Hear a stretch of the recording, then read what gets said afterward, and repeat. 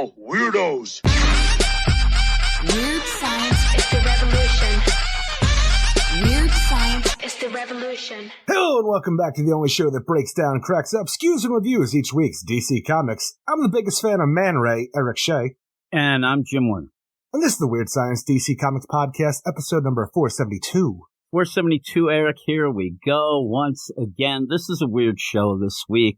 We only have two books that'll be on the regular show. Yes, it is. You did it, Eric. But we're going to try to have fun with these. And speaking of that, before we go into that, actually, Eric, I don't know what I'm saying. Now, we have a new system. Well, we have the old system here.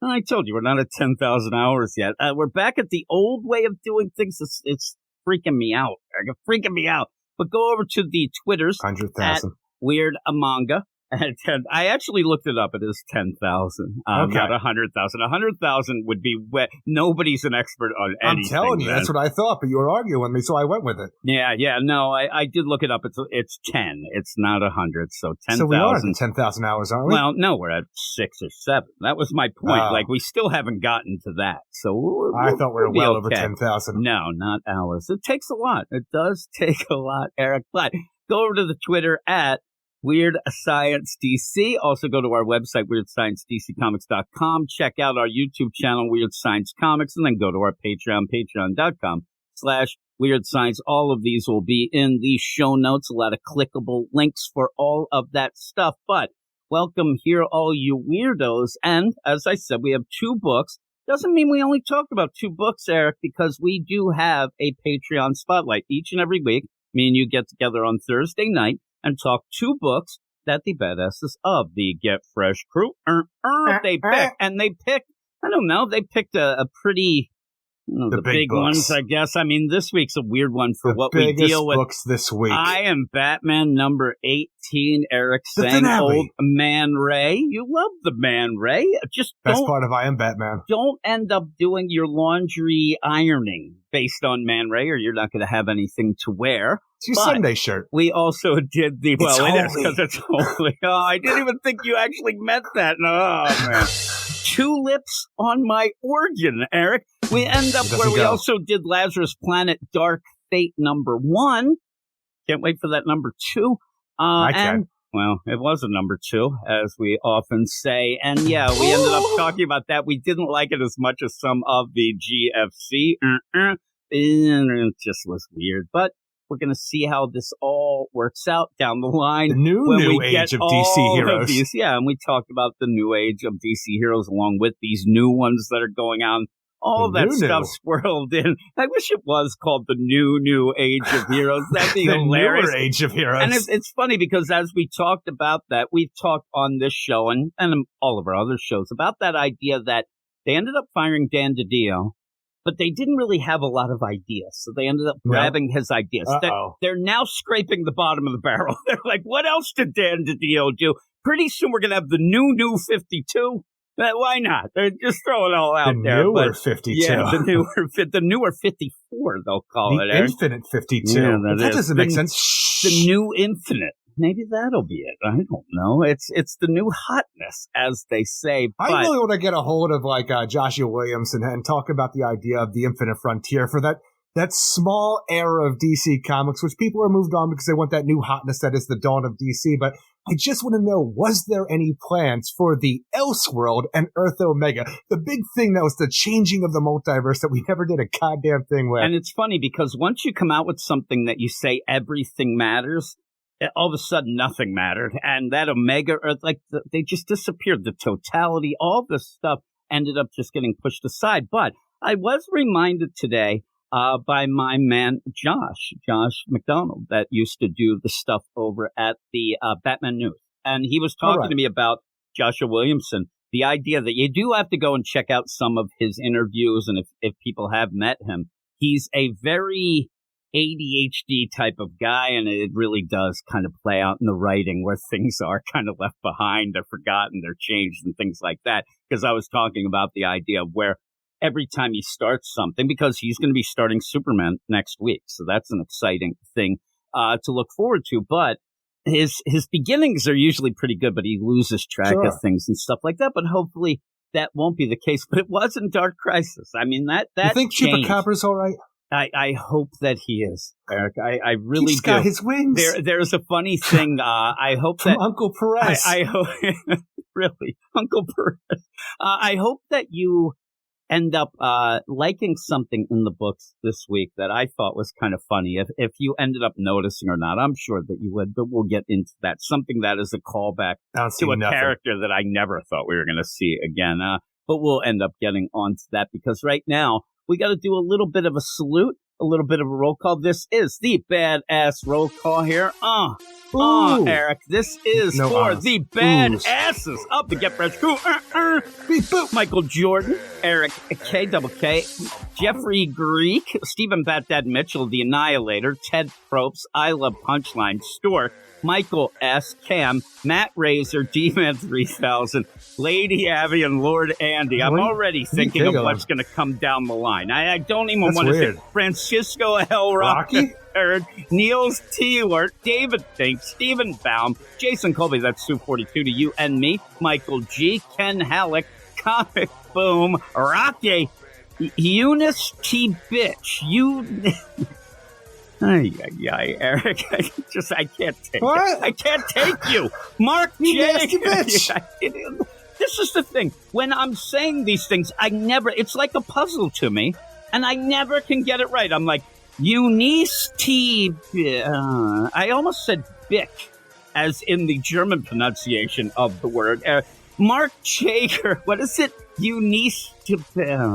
Eunice T. Bitch. Nick Adams, Ruben, Carlos, Noah Marvin. See, this is what happens, Eric. You're what a weird show. It's going to be weird. I feel happy right now, though. Matthew Rapier, Luke Hollywood, Simon, Luis, Manchip. I didn't even get close to being done. Andrew and Belfast, Swanee, Anthony, G. Josh Million, My Man, People from NYC, Batman Beyond, Mark, Arman, Rob, Lewis, Brandy Murray up there in Buffalo, Canada, and also Double A Run doxing his ass in Minnesota. Oh, my goodness, there.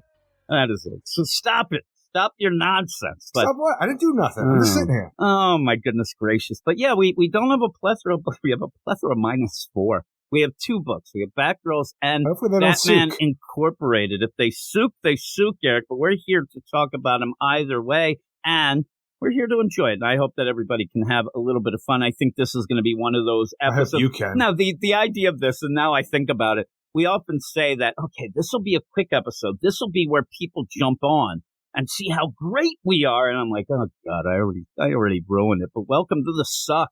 Welcome to the souk, people. We are here every week. Yeah, well, I mean, I guess I don't want to false advertise anything and seem professional. So we're going to get on with this.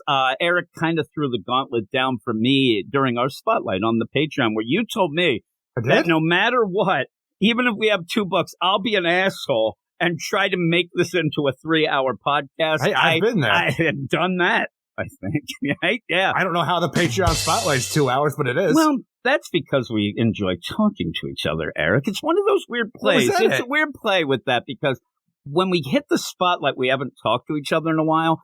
Then we talk for 2 hours, and then we're sick of each other. Then we get to the regular show. We're like, all right, here we go. You start making fun of me. You're not nice. You're so nice to me when we're not talking to everybody else. When it's just me and you, you're so nice to me. But we will. You're my summer camp friend. Exactly. Can't be friends during the normal year. That's the deal. It's Grease. I'm Sandy. Danny! And then next thing you know, hey, baby, what up? Isn't that what the line was? Man, I don't remember Grease. Hey, I'm just a T-bird there, bitch. That's what he says. And I'm like, oh my goodness, this is not really a nice family-friendly movie. Exactly. Well, he was racing Crater Face. It didn't work out, right? Then they're singing Summer Lovin'. What were you doing racing? I don't know. Yeah, that's true. Summer Lovin', he's singing, but he's getting all confused because there's global warming. Right? He doesn't know what's summer, what isn't anymore. It's so weird, everything going on. 50s are weird. Oh, yes, they were weird. But everything, as I'm told, is cyclical, Eric. So we're going to end that conversation. We're going to go off right now. We have 2 books. No. S-I-C-K. S-O-O-K. The soup. But yeah, hopefully these books don't soup that much, Eric. But we're going to go off. We have 2 books. We'll get this easy peasy done. Everybody who jumps on here for their first time, I apologize. It gets better, maybe. The jokes will, I don't know. Sounds like you in bed. Well, no, I don't even pretend that that's going to get any better. The better thing is the end. And then, then I fall asleep and then Tanya, looks off in the distance crying. Hey, you know I don't like to be touched afterwards. One tear going down her eye like I littered on the side of the road, Eric. That's the... Hey, Don't everybody. call her the side of the road. Hey, but we're going to go up to the books right about now. Weird Science is the revolution. 2 books, as we said, and we're going to be starting with that Batman Incorporated. But if you wanted to read written reviews of at least one of these books, Batman Incorporated, no review on the site, but Batgirls is up there from Gabe. I think he might have been a little more positive than I am going to be on that. But you can go over to WeirdScienceDCComics.com. Check those out each and every day, Eric. Just keep going. But we're going to start this out and get things going because, again, you kind of challenge me to get this stuff going and get done. It's your little... I said don't be a psychopath, and you're like, fine. Now, I'm just going to keep doing something that drives you nuts. This is going to be a short podcast, and we're almost done, Eric. You always get mad at me when I end up every time you do that, it's another hour. Well, I have good intentions, Eric. No, you don't. You don't. Just like Toad the Wet Sprocket, Eric. I do have good intentions. Easily forgettable. Batman Incorporated #5. They were an easily forgettable band, though I did like them when they were out, but they had that problem that me and you talked about. You never really knew the names of the people in the band, so you never got that connection. Sprocket. Well, you did, and they hung out with Hootie and the Blowfish. Exactly. I mean, seriously. But with that, I think that you just gave me a really good segue into this book, because like Toad the Wet Sprocket, by the end of these issues, I can't ever tell you who is involved in this book, and the book what are you talking ends about, up Jim? being too crowded, Eric. We have Phantom One's Batman Incorporated consisting of Black Mist, the Fallen, Fissure, Hollow, and Oryx. You don't remember these characters' names Oryx. by the end? I have that written down as well, Eric. Oh my God, I have to write these down. I was going Can't tell you which one's which until we get to the panel. Yeah, exactly. And you also have what they claim. This is what you have as the full Batman Incorporated team. It's the Batman of China, Wang Weishi, but we don't know if he kind of comes in and out. We have the Batman of Japan, right? Clown Hunter, Dark Ranger, El Gaucho, Ghostmaker, obviously, Grey Wolf, the Knight, Raven Red, Wingman. I don't know much about a lot of those. Runner. Some of the things, some of the characters, I know a little bit of what I brought into the book, but the book itself, and it's so funny too, because we should know more about, say, Oryx, Eric, but we don't. Should we? But yet, we're spending more time with Oryx than I'd say with Raven Red so far. Right. At least we get a backstory. Maybe we are, but you got to tell me, which one's Oryx? I don't know. So I have no idea if you're right or not. Eric, I'm looking at this written down, and I still think it says Onyx. I sit there, I'm like, I have to force myself not to say that. It doesn't calculate in my head. We already have I'm an looking Onyx at character. This. Oh, my goodness. Plus, it was a stripper that ended up living with us here for a while, but she was white, and it made no sense, Eric. I didn't understand. But this is Batman Incorporated #5, as I said, written by Ed Brisson, art by John Timms, Rex Locus, and Clayton Coles. And when we get into this, I know that you are, and I'm a John Timms fan. I'm not going to tell you I don't like the art. The problem is my tablet keeps falling, Eric. Oh, my goodness. I end up having, I was propping it up so I could look at some things, and then it falls down. It's not propping me, that's for sure. But the John Timms art, I still think that at points I'm just more confused of the lay of the land. So, like you said, you're like Oryx, yeah. I think Oryx is Batwoman orange. Nah, it might be. Not Batwoman pink. I think that the John Timms art itself is okay. I don't think it's telling a good story. There's a lot of people, and it might be because of the script, but there's a lot of people standing around. When you do end up having action half the time, I don't even know what the hell's going on. That fight between Ghostmaker and Phantom One, it got confusing to me of what exactly was happening at the point and how it was resolved and things like that. There's a lot of flaks and thucks, but yeah, I could barely see what was happening. Yeah, and again, by the end, it's so easy to see what happened. Oh my God, he's on top of him. He's on top of him. It's like a good Saturday night. So I end up where, okay, I get it, but by the end, I just think that this book is a bit of a convoluted mess. And the problem Best issue in my mind. Well, the problem is, I kind of disagree. I think it's the same thing. Agreed. The book isn't I'm right selling. around where I have been between, let's just say it's a 6.5 to a 7 right off the bat. 7 on the high point, but mostly it's just because we're actually doing stuff with the characters this issue. We're establishing the idea of like Phantom One's Batman Incorporated, how we found them and how it is along the lines of Lex Luthor's Batman Incorporated and why it is. It just gets very convoluted in the way that we break it down at that point. And then we also end the idea of who what Phantom One's doing. Ghostmaker's turn of face with the idea where he wants to be better and where we're going from the series forward now that the seems to be over. Well, that's the problem I have. We spent a lot of time dealing with Phantom One for him to just go away. Now, he may come back. I'm sure he will, but it's not next arc. And you end up being told, hey, Oryx, boy, that Oryx is upset about this, and then leaves. I don't need that. We are now 5 issues into a book. I don't know the main team. And I think that a lot of people know less. A lot of people are probably sitting there wondering, what the hell is this team all about? You're centering more on this other team of Phantom Ones instead of your main characters. It's a Ghostmaker and I think book. it's a bad play. I think it's a bad play. And you really do need, I think, a reset to just go back to the basics. But now at the end, they introduce 6 more characters that the next arc is all about. We have 6 more issues. It becomes Joker Inc. coming up now. Oh, yeah, we have Alpaca coming in, yeah. Yeah, and that's the character that I was talking about. But we have 6 characters, 5 of which I don't know who they are. I know Alpaca, but not much. And so you end up having this team come in. You're just going to do the same thing again. Hopefully that's not the case. I mean, if he tells the story different, but up until the solicits in May, we're dealing with this team that comes at the end of this issue. We need to have some cooldown and cool learn the characters. Again. Yeah, I thought it was funny. That was the Batman character. from China, I was talking about earlier that I would mention. I wondered if you were aware or paid attention by the end. But that's I think it's excited when I saw that. I'm sitting there. I'm like, at least we know one of them. But the idea where you're there, and we know Ghostmaker because we've had him recently. We know Clown Hunter a bit, but this new Clown Hunter and going forward, whatnot. But I don't know that everybody or anybody knows this team. And that's why I mentioned the team as we went through. And that's what's going to get people to buy it. Oh, my God, I need to buy this book because I think these new characters or characters that I'm not aware of are pretty good. But the book is bombing. It's not selling well.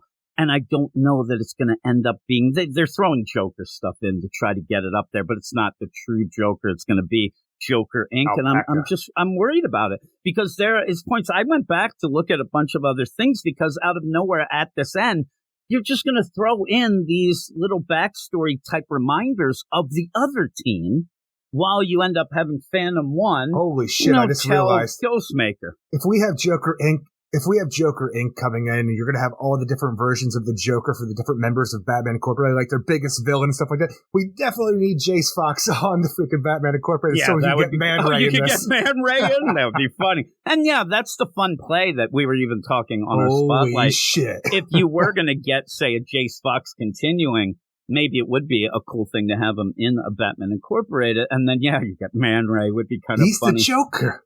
Yeah, actually, it's just what happens is you end up getting Jason there. What's your villain? Checking my privilege? That's just what it is. He's got to just check his privilege all the time, Eric. But yeah, you have this where, sometimes again, you do you think that a lot of people know the character Knight if they're just coming into this? And that's the thing. You can't rely on people doing, that's what your book is supposed to do. And I don't think it's set up anything really of this team.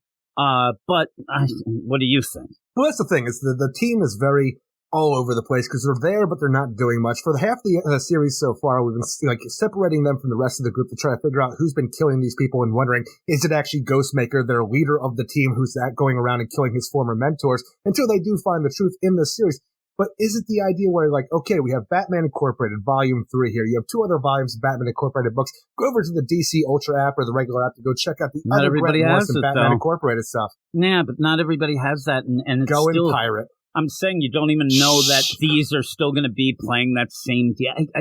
I'm telling you, I think it's a misplay where we said it before. Like I said before, it's a Ghostmaker book called Batman Incorporated. Yeah, it is. And that's not selling. So they need to do something. They need to get something going on here and get it going. It's one of the worst selling books at DC right now. of the ongoing stuff. So I was actually getting shocked. My Tim Drake Robin. I thought that, nobody's getting near that piece of crap. So you end up where I thought that maybe this is going to get canceled sometime soon, but it's still going as far as the solicits go.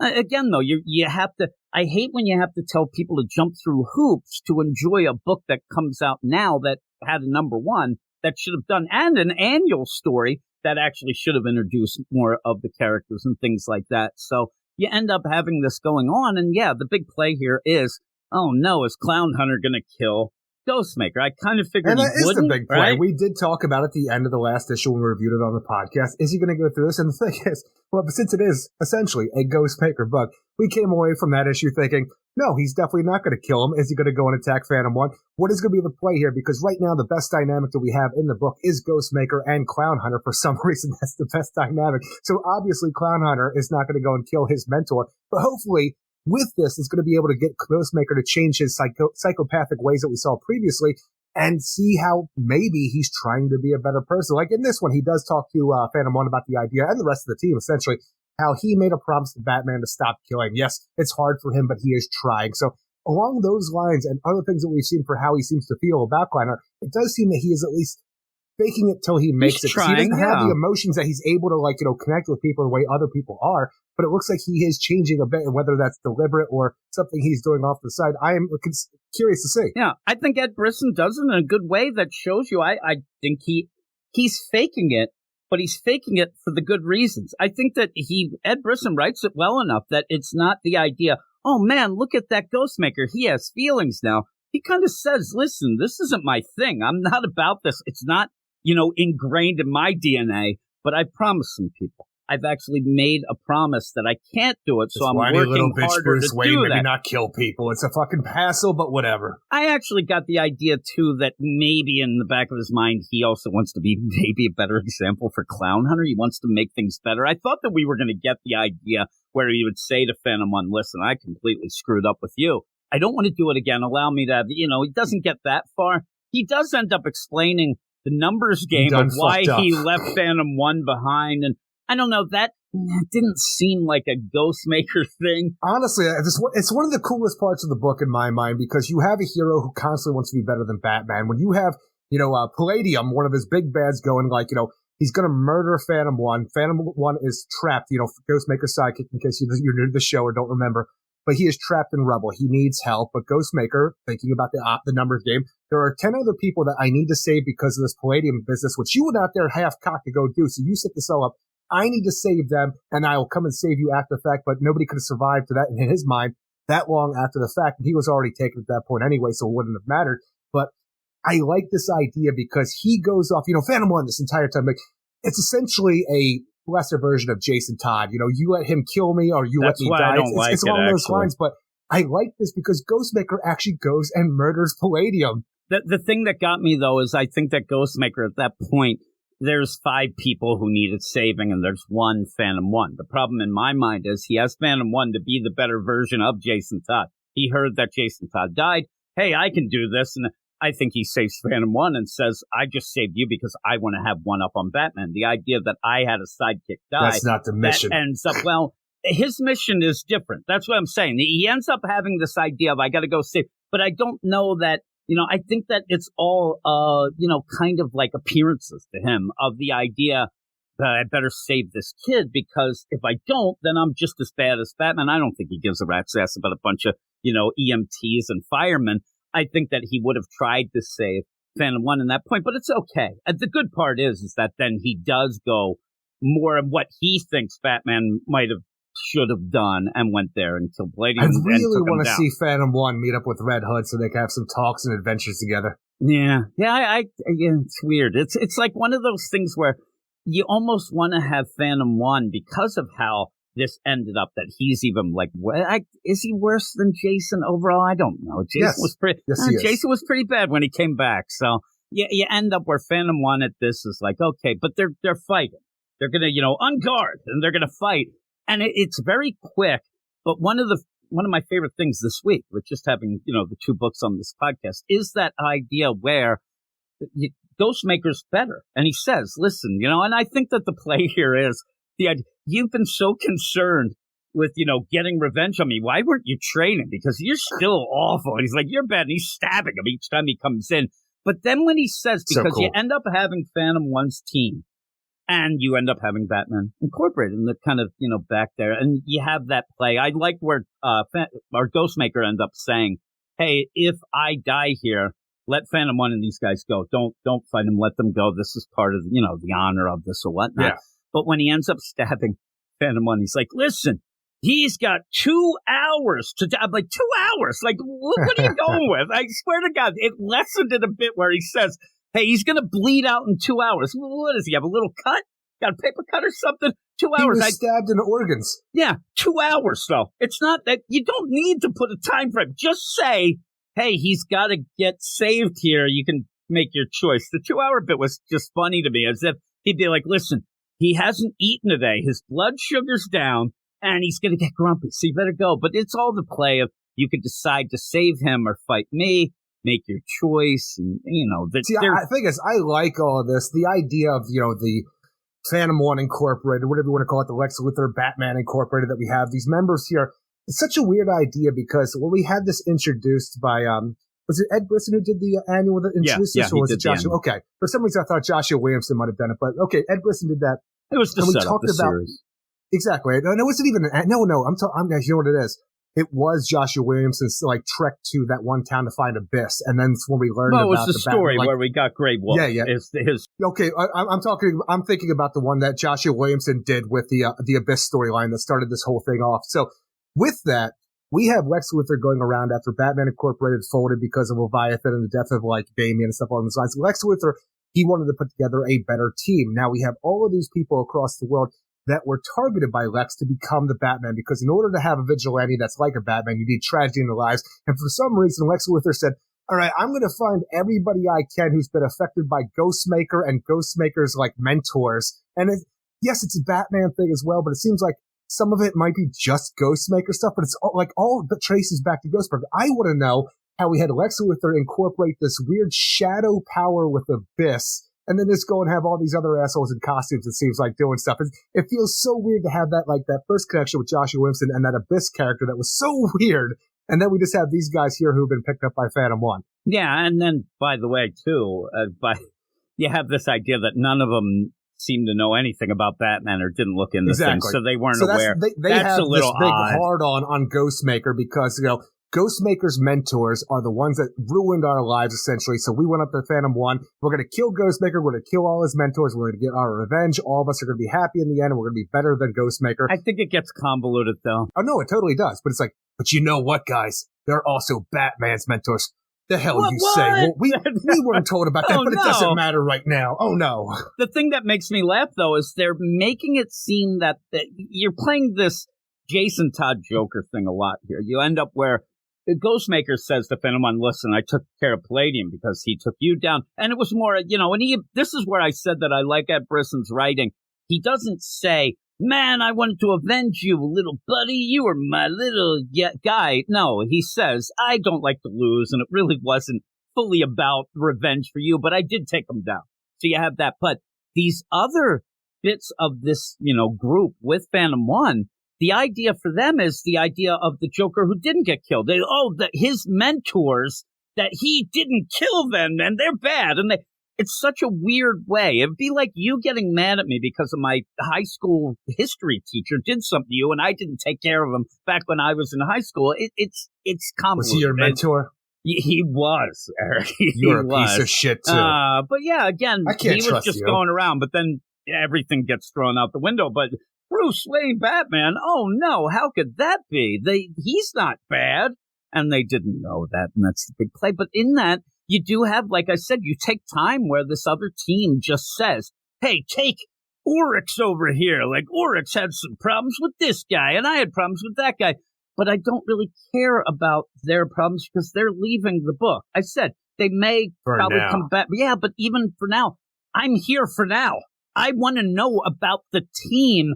That I think that this is a book that's obviously a team book where I think a lot of people, if you tied them down, Eric, if they like that, God. said, name the team. And I'm not talking this other team. I'm talking Batman Inc. I bet you people would not be able to name every character on this Batman Inc. team after 5 issues, and that's a problem. Well, it's an ever-changing roster, it feels like. Well, but it shouldn't be because of how they set it up. I don't think the Batman in Japan should be here. Well, at one point, he shouldn't have been. He was told to go back. Jiro was told to leave, and it was weird. That's what I'm saying. It ends up, I'm very frustrated with the idea that I can't put a thumb down on the actual team of the book. Now, you say all this. I think that this is a Ghostmaker Clown Hunter book. They were a little, hey, maybe that won't sell, so we'll call it Batman. But I almost wish that it was just a Ghostmaker and Clown Hunter book, and maybe dribs and drabs create the Batman Inc. around that as we went forward. But you just threw everything in, and really Batman Inc., the team, they've just been barely even side characters. They've just been off doing things while the big focus is on Ghostmaker, and I think that that has to change if you want this book. Did we see Ghostmaker train with a cult? Do you remember that part? I don't know what they were talking about. Because even when Oryx is talking about, like, for me, my brother fell in with a cult in Norway. They beat him to death, left his body to the fields for the crows to pick at his corpse, and bearded vultures to eat at his bones. When we found him, there was nothing left to bury. The same cult Ghostmaker trained with. And I'm like, who are they teaching him? How to make meth? Everything just leads back to Ghostmaker anyway. I don't know. Jim Jones is out there. Another part, like, when we had Frank Oates, who was another trainer of Ghostmaker, Frank Oates, the man whose life Jiro and Grey Wolf tried to save, came to Zandia to help the Church of Blood shut down a rebellion, and while doing so, imprisoned and killed Hollow's lover. I'm like, just hanging out with the Church of Blood, this other cult over here. I'm like, I don't know if you're training right. Yeah, you can have some bad dudes, but stop hanging out in, cults. These are you're mentioning characters that by the end of this issue, they're going to say, hey, we're leaving. I just don't understand why at the last second you have to throw this in instead of getting information about the team that we have and the team that's the big thing for the book. It just was odd to me. I know you're trying to do character work, but it's already past that time, and we're not learning much about our regular team. And so they pull Grey Wolf into there, but we know Grey Wolf, the one character that kind of was spelled out in that annual and things like that. But I just worried, it's not even me worrying. I see the samples, and you need somewhere where you get a jumping on point. I think you need something where maybe you have to have just hey, time out. We're going to do this issue that's a one-shot deal where we're going to introduce some of these characters and concepts, and maybe we can get some more fans. I just don't see this book, gaining fans as it goes. It's losing them. And by the end, I like the stuff with, Ghostmaker and Phantom One and Clown Hunter. Clown Hunter says, I'm not going to kill him.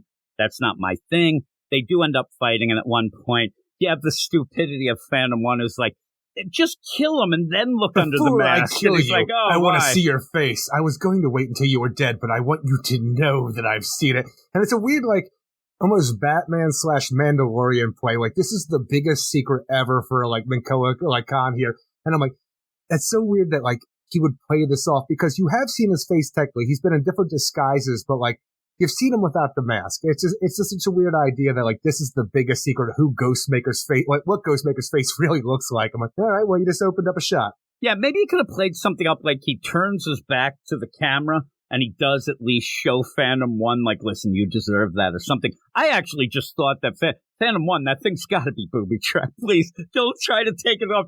And he ended up thunking and whacking him anyway. Stab, stab, kick, kick.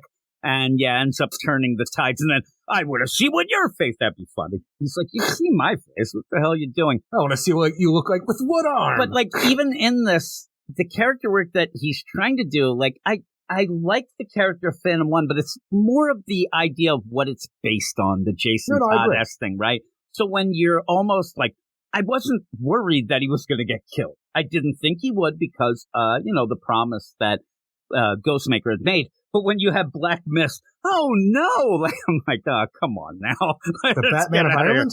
Yeah, so, really. And they bitch and moan, and then at the end, the little downtime, all right, maybe we'll get to learn of these characters. Oh, wait a minute, there's a knock on the door in China, and it's the Joker Inc. And I'm like, all right, now, you have 6 more characters, it seems. Really? Why are you getting a team book that just has to have a ton of characters? But again, you're going to have to introduce all these characters, and that's going to take away, I think, from the team again. I think that Ed Brisson thinks everybody knows the characters. I think that he thinks everybody is down. Looks like there's Rodeo Clown Girl, Big Head Clown Boy over there. Look at them. Like the dummy. S&M Clown. I don't know what he's up to, but like an alpaca, like all of these different things. Alpaca's funny. I want to know what the clowns like. The idea of like different ways that clowns look around the world and what they are, how they're represented. And I look forward to that idea. But going back to this issue and not the future, the weirdest part, besides for the convoluted nature of putting together the Lex Luthor Incorporated based on Ghostmaker / Batman's like mentors, because it seems more at Ghostmaker times than what we saw with Batman for the whole, Batman the Night, like the New Year 01 thing that they tried to do. But when you have the fight going on in a ship above, with the Batman Inc. and the, let's say, Phantom 1 Inc. going on. I wish that they actually had a team name, right? They're separated from the main fight with Ghostmaker and Phantom 1. So you have this going on.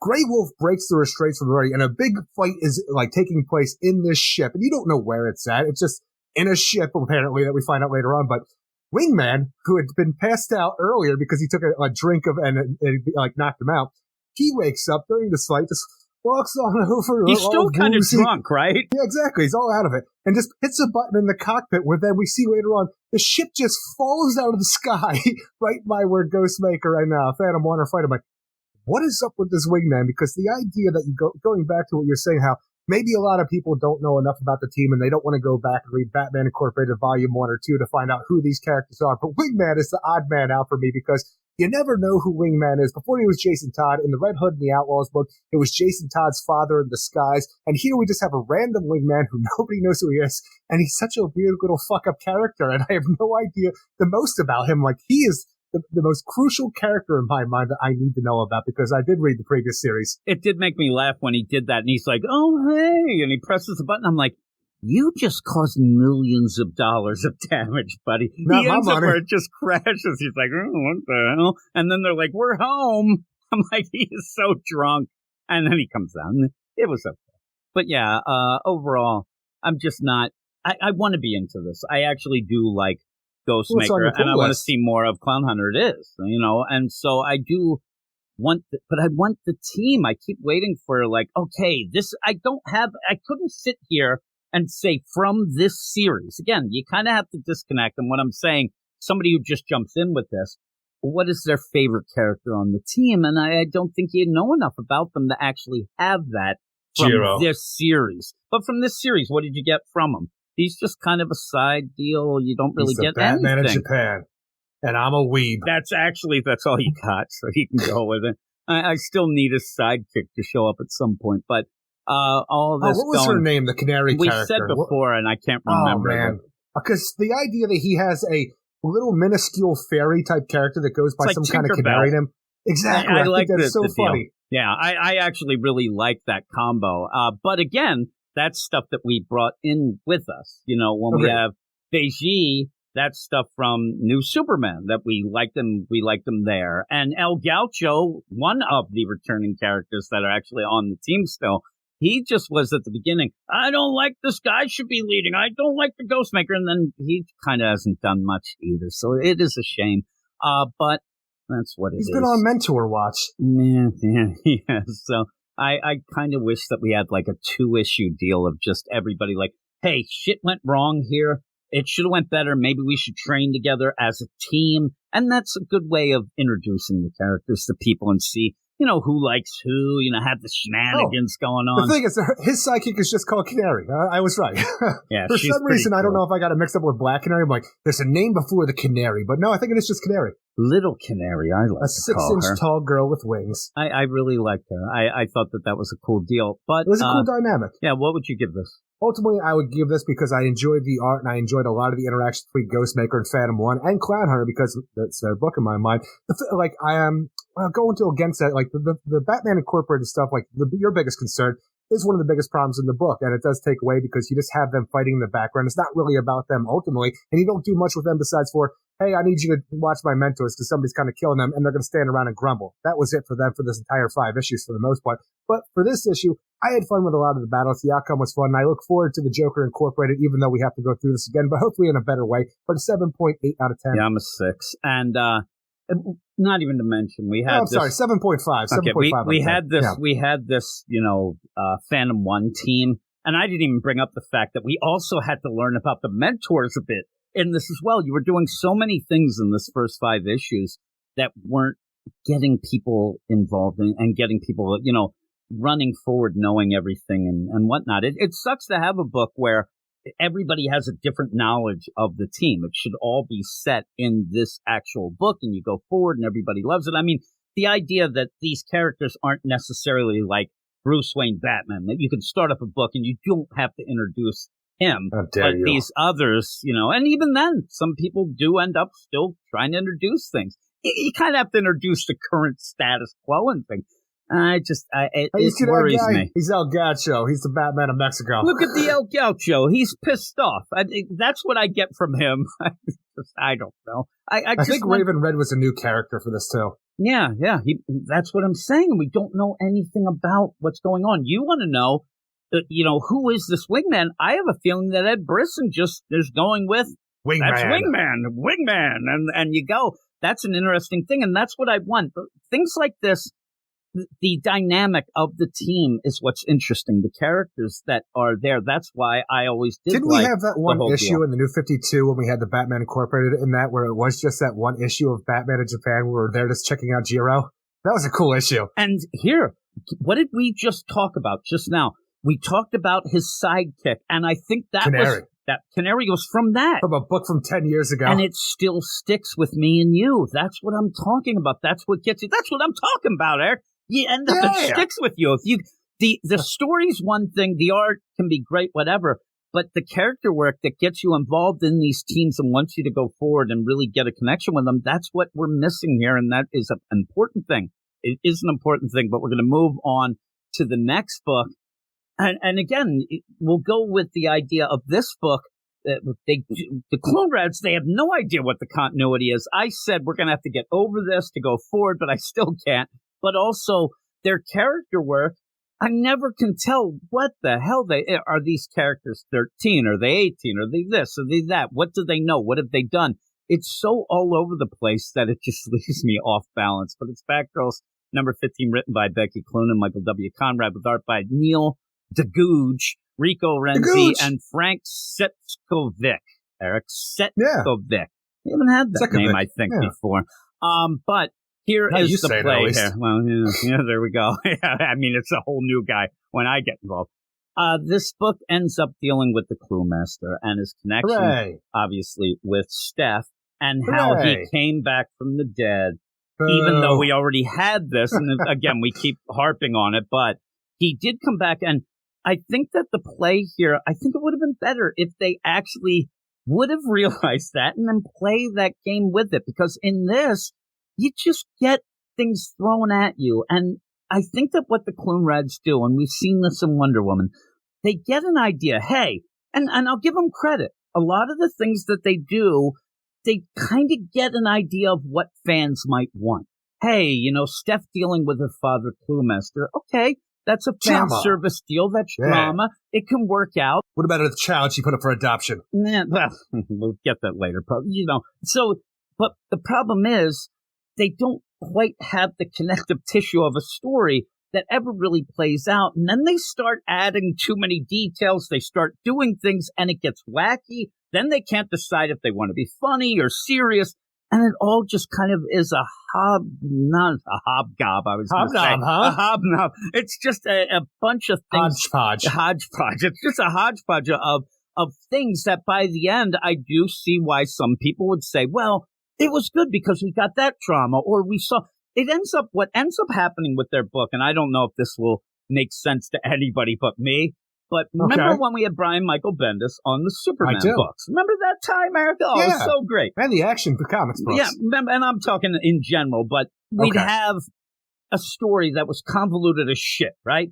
And you ended up saying that Superman himself was insane. He was talking to himself weird. But by the end of an issue, Brian Michael Bendis would have Superman say or do something that was good. He'd say, I always protect the innocent, and I'm going to help this person here. And then you'd have the reviewers, oh my God, he certainly gets and that's what I feel like this book has become. the idea that it's just throw shit at you, but in the meantime, people are applauding it. Oh man, they're such great friends. Oh my God, the drama with the dad. Oh my goodness. But well, that's the thing. It's like there's a lot wrong with this that we have to take off the table no matter what, because Brian Michael Bendis brought back Cluemaster previously and just said he faked his death, and that's all. That's the funniest thing. He fucked up, but he fixed his fuck up. Then he had to come back and try to fix the fuck up by just saying he faked his death. And this one, the Cluenrads had no idea that Cluemaster was brought back by Bendis. So they said he's still dead, and now he's been brought back by Lazarus, like Lazarus serum. So the thing, what we have here, Cluemaster's back. His mind's all fucked up going back to his game show days of being Cluemaster, and he's trying to relive this with his daughter to try to win his love back with a souvenir gun from his grandfather's time in World War II for some reason. We're doing some shit here. But the weirdest part when you jump into this book is that we ended the last issue with Batgirl Cassandra Cain showing up and seeing Stephanie Brown all tied up to a chair with like little wires all attached to her, like she is here. We go through a lot of this issue before Cass even shows up, and it doesn't even match how Cass shows up previously and finds Steph with all this. But you eventually do have this run-in with her father, who does seem off balance because of the Lazarus effect that's been done to him from being brought back to life. And for some reason, through just going through normal stuff with her detective work, Cass has a vial of the Lazarus serum. We saw her get that, right? I know we did, but we were confused. Now, I want to stop you just to point out, if you need to have an editor's note to explain the major plot point in an issue, because you know that it wasn't set up well, people didn't you have problems. You have an editor's note. She grabbed that last issue. I'm like, this is one of the major points. There's a lot of weird things, because even when Steph is all tied up by her father, being forced to do a game show about how she is more like him than Batman, because that's what his end game is essentially. He goes to this thing like, Batgirl's coming. No one's coming for you. I left her a note, and I'm like, you didn't leave her a note. Cass had a note that for somehow she found back at your apartment, which is like, in case I died sort of note, where you talked about a time with your father, like that, not even in context of what's currently going on, just talking about a time when she was a child that her father used to take her to this place. Nothing to do with this, but that is the whole thing. And for some reason, Steph thinks, I gave her a note telling her exactly where I am. I'm like, did you? Yeah. Did you really? And I love the idea too. Here's Cluemaster, and they're playing the idea where they're going to have him do the game show stuff. That, classic Cluemaster. Go back to classic Cluemaster. But it's classic Cluemaster because his mind's fucked up. And the Lazarus, but in the meantime, they don't know continuity worth a shit. And I blame more Jessica Chen, the editor. She's the one who's supposed to be there to tell them that this shit is wrong. But even besides that, everybody sits there, Steph's, man, you must have gone bad in those 3 days you were dead. Everybody knows this guy was dead for 3 days. He's got the Lazarus. Yeah. Everything is just thrown at you. But his body went missing. Even the cops at the end, like, that's the whole play of he was dead 3 days. I'm like, you don't need to keep saying this. And the whole Lazarus play of being insane after you come back from the Lazarus, okay, that's kind of a classic deal as well. But it's such a weird place to do it, though, because I had to wrestle with the idea after reading this, because I was mad the way that Bendis brought him back for no reason, just saying, like I said, because it seemed like he had to fudge things later on to try to make it make sense. I like because he didn't seem to know that Cluemaster was dead. better. But what is better? The idea that Cluemaster came back because he faked his death, or he came back here with Lazarus serum, somehow obtained what I think by Mad Hatter, by something like along the lines of the League of Assassins somehow, but it's Lazarus serum in a world where the Lazarus pits are fucked up, and also in a world where the Lazarus resin is the big thing going on, but now it's Lazarus serum. I'm like, did you just take a vial, dip into a Lazarus pit, and you just have that on hand, a few drops in the mouth, brings people back to life? At the end, you end up having to, course correct your nonsense. It's almost like you have a little arc here, but at the end they have to put toys back in the toy box for some reason, saying it was a prototype. So I don't know. It doesn't seem right, but it's going to lead us to our next story. But we'll probably. It's nonsense. I mean, the idea of all this, and then you end up going with the idea, oh my God, Steph's dead, but that's 1-2 panels, and then she gets the Lazarus. Cluemaster takes a shot at Cassandra Cain Batgirl. Steph gets in the way, takes the blast. Oh my God, what have I done? Oh, you killed your daughter. Stephanie Brown is dead. I'm like, holy shit, Cluenrads. Are you going to have the biggest balls on the planet and kill Steph Brown in your book here and continue the Batgirls title with the idea that Cassandra Cain has to move forward with the loss of her best friend Stephanie Brown here and be Batgirls by herself, and eventually lead to Cassandra Cain in that Spirit World book where she goes to the afterlife and she can find her friend and bring That'd her be back. Awesome. And I'm like, this could have been the You've already greatest made a great ever. setup. You made a great But setup. And you know she what? pulls a Lazarus serum out of her utility belt, puts a few drops in her mouth, and Stephanie Brown is back to life. I'm like, that is such a cop-out. And then Cluemaster goes, I hope she's not crazy. She's like me. And then he gets taken away. She was dead a few minutes, not 3 days. Yeah, you're fudging things already. And again, just think of the opportunity of the storytelling with Steph and Tim Drake. I mean, this would be something that Tim would be, oh my God, this is crazy. You, back during War Games when it looked like Black Mask killed Stephanie Brown, it was this gigantic thing that lasted a while until they kind of just fudged it later on and said, oh no, Leslie Tompkins got her out of town. We faked her death. It was kind of a lackluster way to bring her back, but the ramifications of Stephanie Brown dying back then was great. And it did a lot for the characters. And I'm like, oh my God, Cluenrats, are you going to do it here? Are you going to make this book relevant and make it like this big shot out? Even though a book called Batgirls, you're going to kill off a Batgirl in this book? Because I know from what we saw in the Lazarus Planet, Dark Fate that we had this week, where Sandra Cain is doing Constantine and Xanthi stuff in that Spirit World book, she gets sucked into the Spirit World, the underworld. And I'm like, is this where she goes and finds her friend to bring her back to life? This great adventure awesome. With these weird characters. I'm like, you turn a Spirit World book into a Cassandra Cain book. I'm like, you did it. You did it. But no, that's fine. You could even reference the idea that in the Spirit World, I don't know if you know Spirit World rules, Eric, but because they ended up switching places with your whole, Freaky Friday deal, she has that connection that she would be able to go find her, a little more, even if she, why not? just go with the whole deal. But instead, you just get surface level bullshit. Because even when Steph is dying here and Cass is saying, hey, remember when we switched bodies? That was crazy. I'm like, that was yesterday. Yeah, that was shit. That was 5 hours ago.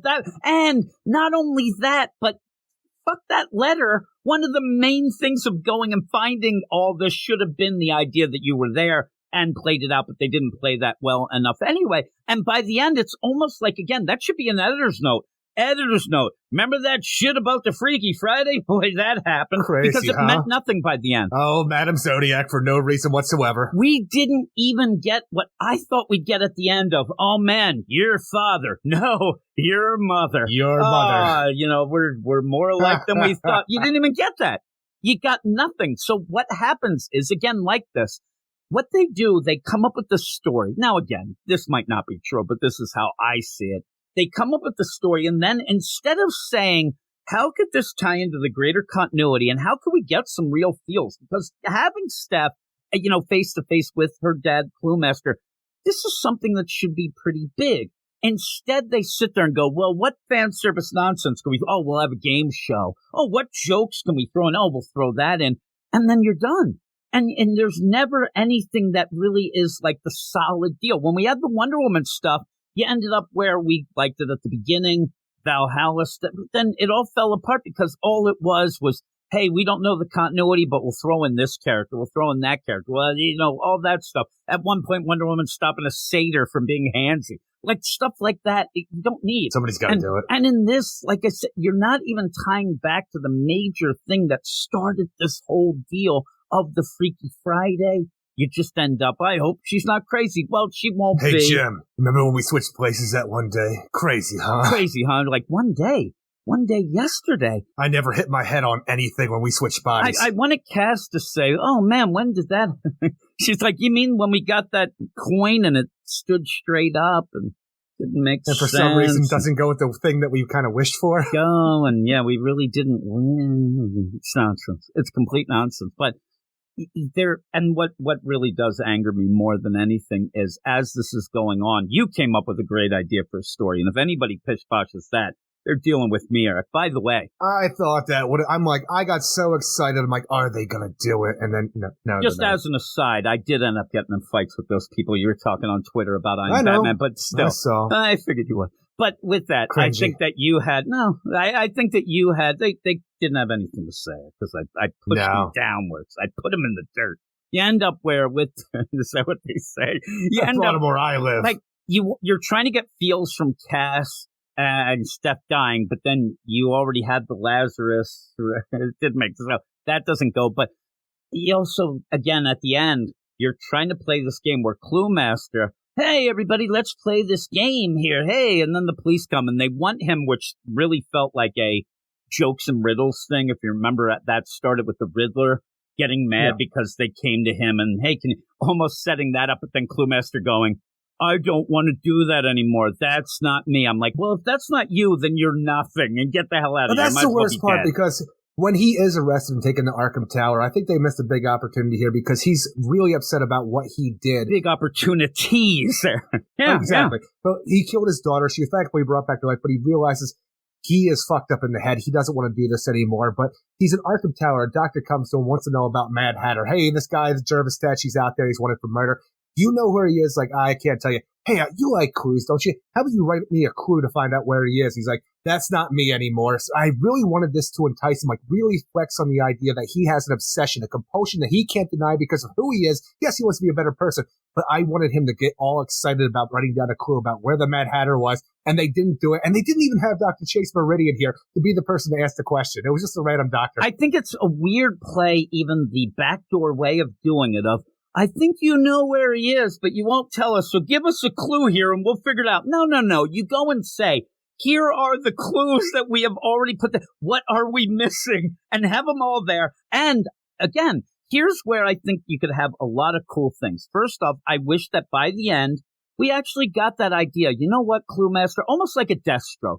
Cluemaster does love Steph, just doesn't know how to do things. He ends up, it's just, that's the clue that he can never solve. That's the puzzle of fatherhood, like me, he can't solve. You never get that. But by the end, I wish, and like you said, he has an obsession. I wish that by the end, we see this doctor and you say at the end, you bitch, you can't even leave this fucking guy alone when he doesn't want to do this, but you know, and you're using him because of his obsession. I know. There's so many layers. I just wanted him to have like a wild smile at the end with the idea of writing down clues and leaving it at that. I'm like, because that way you still have Cluemaster out and about, like just not some sad sack who's upset from what he did, sitting in Arkham Tower now forever until somebody forgets about all this and just writes him on the street again. Exactly. Doing Cluemaster that's all that's stuff. going to happen, because this is nothing. But just imagine where Steph and Cass, all this goes down, and by the end, Steph says, whatever, don't shoot her and give her Lazarus. But this whole play thing, it plays out to the point where Steph says,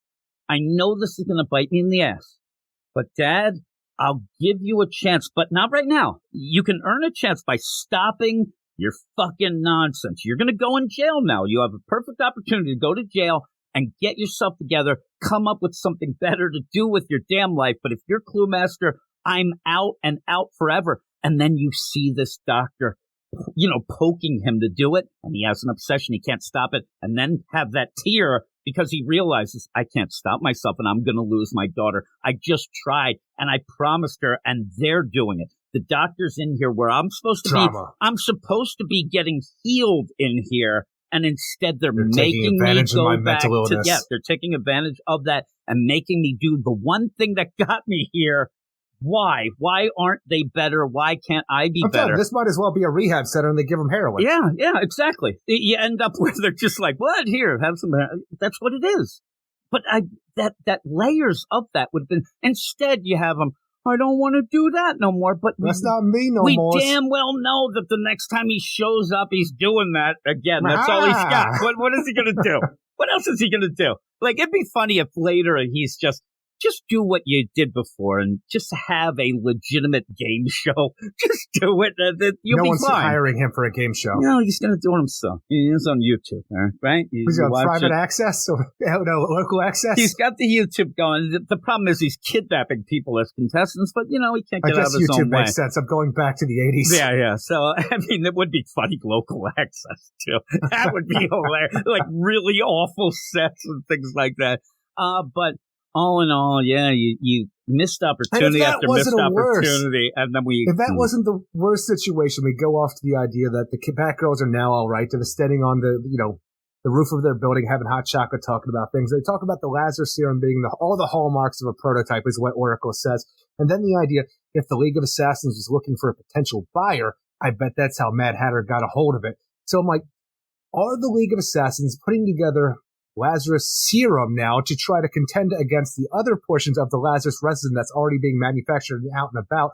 I'm like, why would you do this in a world where we've already had Lazarus resin nonstop for 2 years now? Yeah, well, and I actually made the joke, and it ends up where they're putting all their money into this, and then all of a sudden it starts raining, and you end up getting now you get Homer half off chocolate in Chocolate World. They're like, oh, I can only hope, though, that later on, if you want to continue the drama of Steph being shot and killed and coming back with a few drops of Lazarus serum, that it is because it is a prototype. She ends up coming a little back crazy, raw. right? Not even a little crazy. I want her to die again, or maybe almost along the lines of Lazarus Resin, where she's like a zombie, but like she's conscious, but she's not alive, like we had in Task Force Z. Well, yeah. Well, I actually was hoping we'd get the Buffy. At the end, she's like, Cass, I was in heaven. I was in heaven. I always want the Buffy. I always want it. I want it because, but that's my big problem. One of my problems. At the end, hey, like it's almost like she had COVID. I get my taste back. Here you go with the hot cocoa.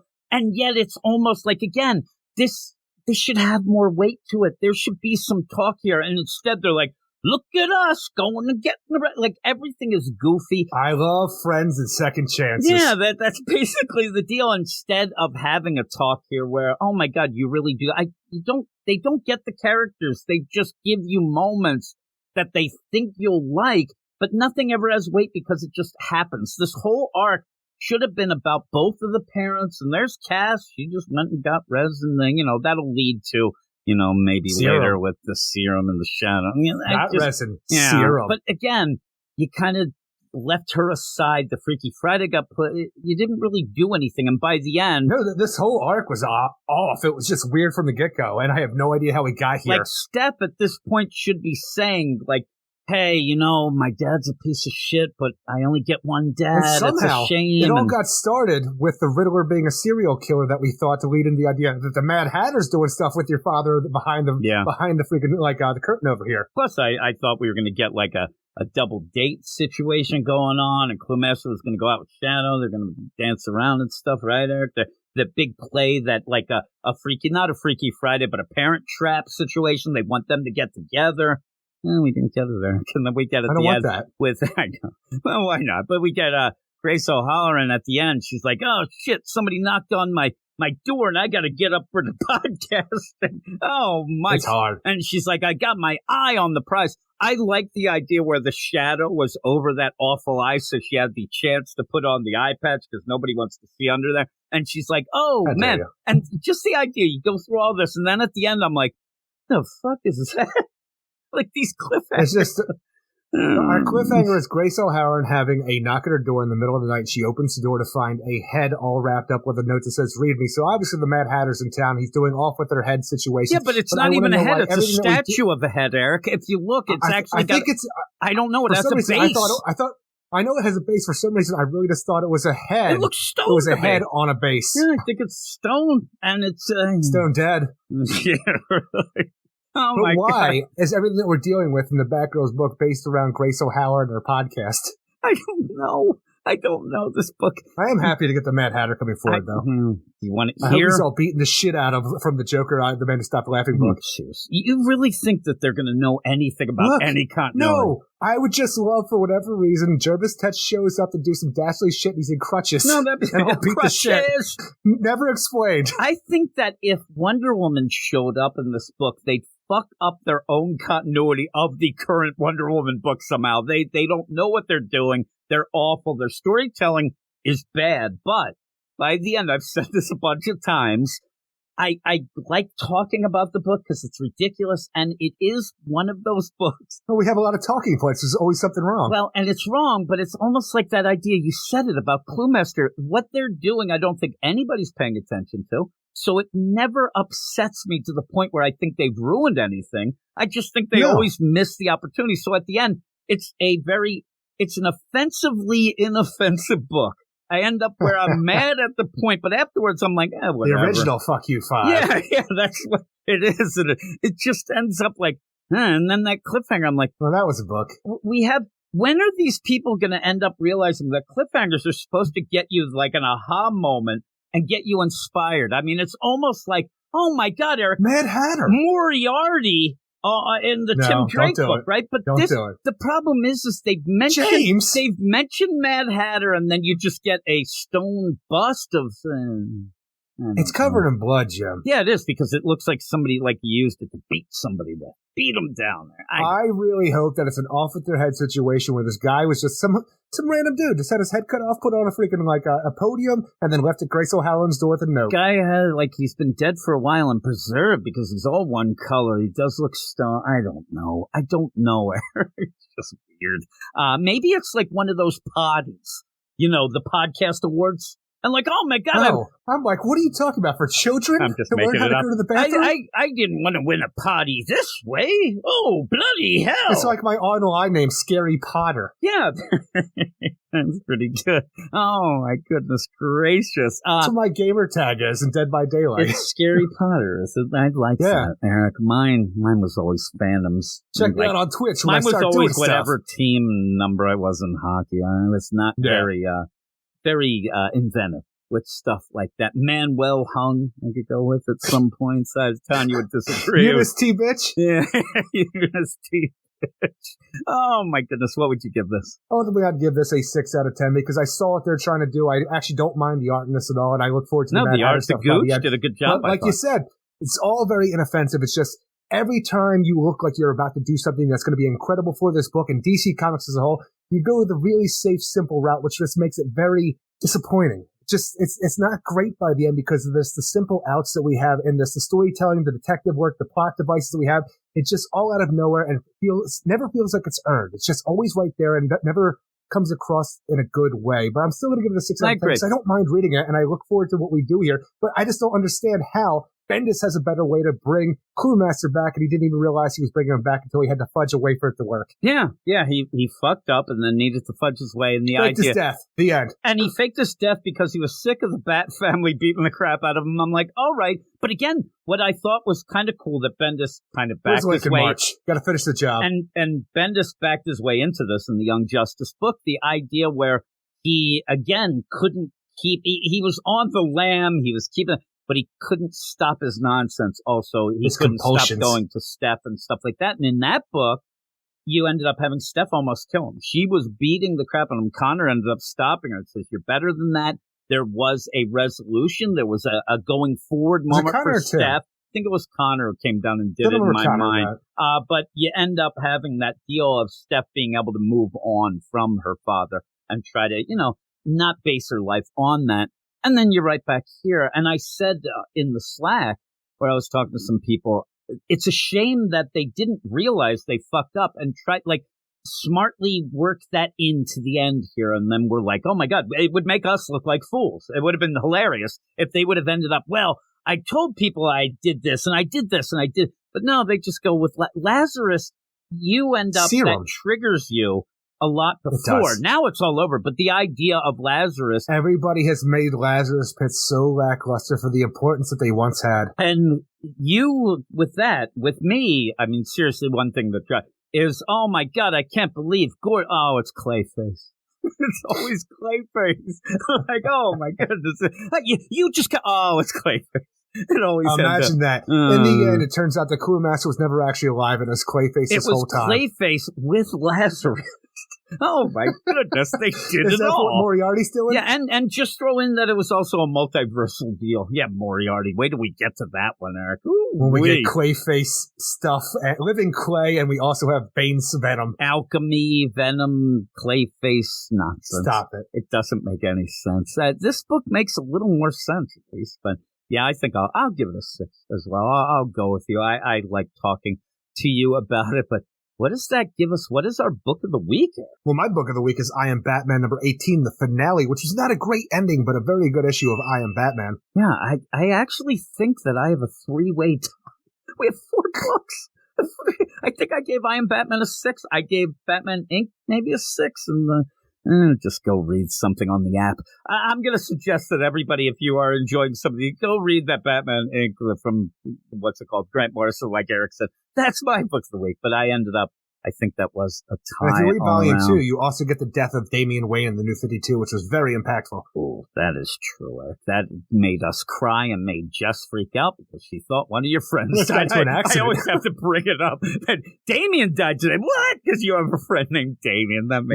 That makes me giggle, Eric. But Here are the books. I'm a little pumpkin-headed boy, though.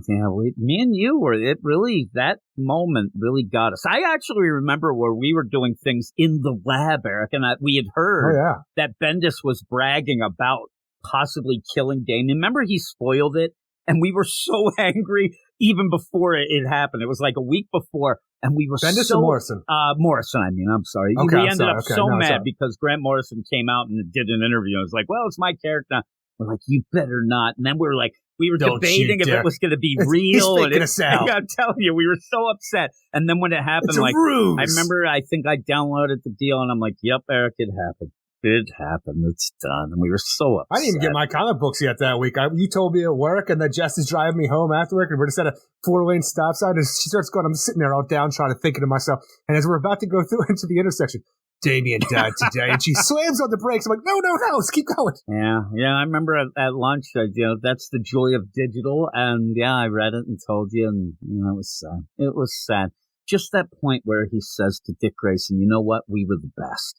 We were the best. Yes, we were. And it was so good. I legitimately still get choked up saying those words. It was so good. But again, my shoulders are tingling. That's just the great, that's what I need now. Not that I need Damian dying, but I need that connection. I need that emotional connection to these things. And a lot of these books just don't have it. They just end up, they're trying. They'll give you fan service, but it's just not getting me.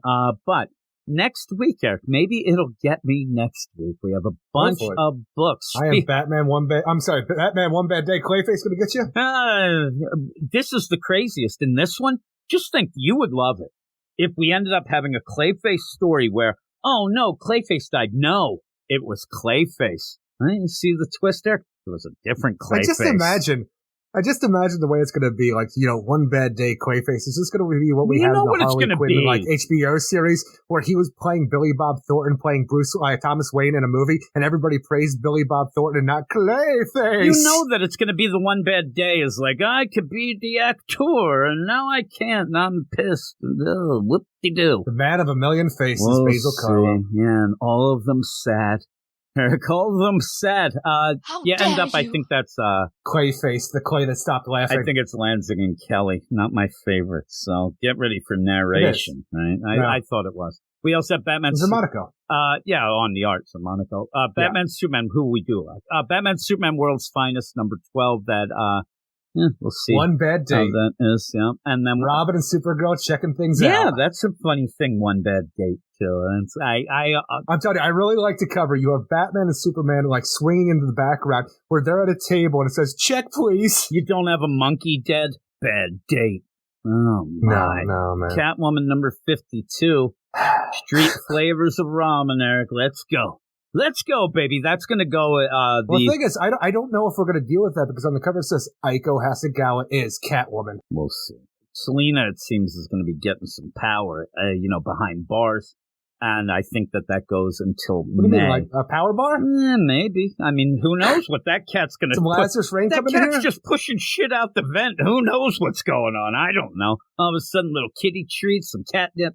Who knows? Deceased War of the Undead Gods, number 6. You end up having what hopefully will be J-Man's big moment with Mxyzptlk versus the Spectre, I believe, is the big fight that we want to see. We'll see how that goes. But we also have Lazarus Planet Omega, number 1, Eric. I don't think we'll get number 2, some more story. At least we end up getting Mark Waid back to the regular story. So we'll see if I just love the cover of this because it is a continuation of Lazarus Planet Alpha that started this whole thing off. And on the cover, it's all of our heroes and even villains and stuff like that just standing, almost like they're waiting for a picture, right? This is the cover, all in the Lazarus rain getting wet. I'm like, you're not doing it right, guys.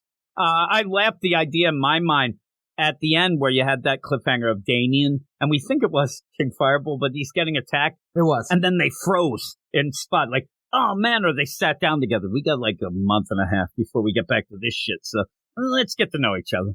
We also have Nightwing number 101 going off of that big 100 issue. I think that everything is going to be a big Titans issue from all of the things that I've read, but when isn't it, Eric? But we'll see how that is. Superman number 1, Joshua Williamson. We were talking about that at the beginning. Dawn of DC. The Man of Steel back in action. I hear a lot of people have read it and really do like it, Eric. A lot of people are very positive about it, so that'll be pretty cool. We have the Flash 793 with all this going the on. 1 Minute War, Part 4. I keep forgetting about the 1 Minute War, and it's not anything to do with the story. It's just, I don't know why. It just ends up where I'm like, oh yeah, we have this again. So that's cool. We have that's the thing is, you forgot about it because it was weekly until this week. Yeah, very weekly. That's a joke, Eric. It's not. Actually, we're enjoying it enough. Titans United Blood Pack. There's the Titans book, Eric. We're going to get number 6. Luckily, we're getting a lot of Titans in the Nightwing because your best Titans book is Finale City. Is that what they say? Yeah, Finale City. Everybody says that. Yeah, they say it all the time down at the Five and Dime. Wonder Woman number 796. We have Love Bomb. We have the song. That's all I care about. We'll see how it is. Looking at the cover, it's so bad where Wonder Woman and Yara Flor are on their knees with arrows in their back. On their knees? Arrows looks like he's petting Yara Flor's head. It says, under Arrows' spell. Like they're all just like smiling on their knees looking at Arrows like, all right, Arrow's going to have a good time. Oh, he's not petting their head. He's knocking his arrow. Never mind. So it's not as bad as I thought. Let him have pet the head. I hope that we can get some piece of shit Arrows back as a guest star next week. We won't push the deal. I don't even know what you're talking about. We'll see. I know, that's the problem. We never remember shit. But those are the books. 2 of those books will be picked by the badasses of the Get Fresh crew to be on the spotlight. Hey there, babies! Arrows is back in town! Oh, my God. Here's the deal. It looks like it's a twofer for old Arrows tonight. He's back, baby. He's back. Are you excited? Are you actually knocking your arrows? Rock hard, Jimmy. Rock hard. Are you knocking your arrow? Or are you petting the 2 ladies there on their knees? Which one is it? Look, you got to get your arrow to shoot straight. You got to knock it a little bit. You know what I'm saying? Oh my God! Will you be knocking the arrow or knocking boots? I want to know which. You'll be knocking something. I can't wait. I can't wait, Eric. I want more Arrows. He's the best. Piece of shit. Or the worst. Arrows, are you aware of the Me Too movement? Are you aware of this? Or it's all about Me Too. There you go. Hey, you're doing that Me Too. That's all he's doing. Oh my goodness gracious. Can we just do that now? Get these books going and do that now. This is what you want to do. This is how it's going to be coming another 2 hours. Yes. Well, with that, if anybody is interested, I would believe. Come on. I would believe that. Yeah, see, you're doing it now. I believe that the 2 books picked by the badasses at one point, they used to have a conscience, Eric, and they used to say, well, the podcast needs some big books. They have gone completely opposite of that. We's taking everything. Yeah, and I'm telling you, Superman and Lester's Planet Omega, they'll probably be on the spotlight. And you can get that podcast, which has become almost a 2-hour podcast each week.